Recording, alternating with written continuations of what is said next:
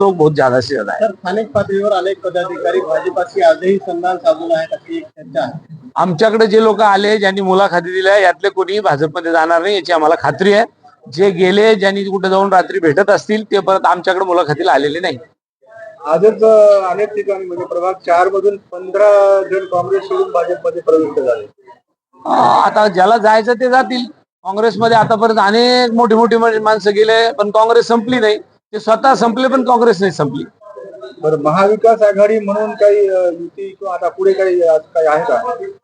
महाविकास आघाडी होईल ना, का नाही होणार।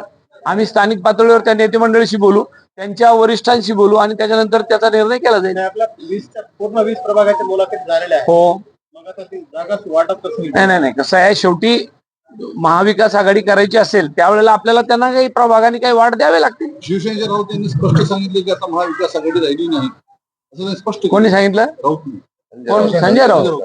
ते मुंबई पुरतं बोलत असतील, अजूनही बाहेर त्यांनी आतापर्यंत तशी भूमिका घेतलेली नाही। त्यांनी फक्त मुंबई, नाशिक आणि ठाणे, कल्याण एवढ्याच पुरतं मर्यादित राज ठाकरेंच्या सेनेसोबत जायचं असं नियोजन केलंय। स्थानिक पातळीवर इतर पक्षाची चर्चा झाली का?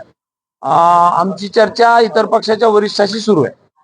लोकलला काय शक्यतोवर लोकलला खासदार साहेब बोलताय, पण वरिष्ठाशी प्रदेश काँग्रेसचे अध्यक्ष आणि वरिष्ठ नेते मंडळी त्यांची बोलणी सुरू आहे। तर मागच्या नगर परिषदेच्या निवडणुकीमध्ये वंचित बहुजन आघाडी सोबत आघाडी झाली होती असं डिक्लेअर केलं होतं, पण ते नंतर सुटल्याही गेली आणि दोघांचं बी म्हणजे एकमेकांशी संवाद झाला होता। आता परत बाळासाहेब आंबेडकर आणि तो या वेळेला तसा विसंवाद होऊ नये याच्याकरता आपण बाळासाहेबांशी भेटून चर्चा करू आणि निश्चितच त्यांचा आदेश खाली कार्यकर्त्याला येईल आणि आपण मग एकत्र येऊ। बस निश्चितच करूया।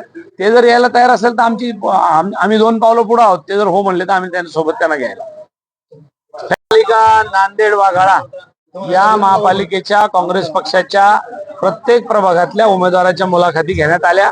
जवळजवळ 250 उमेदवारी अर्ज आपल्या पक्षाकडे उमेदवारांनी भरले होते।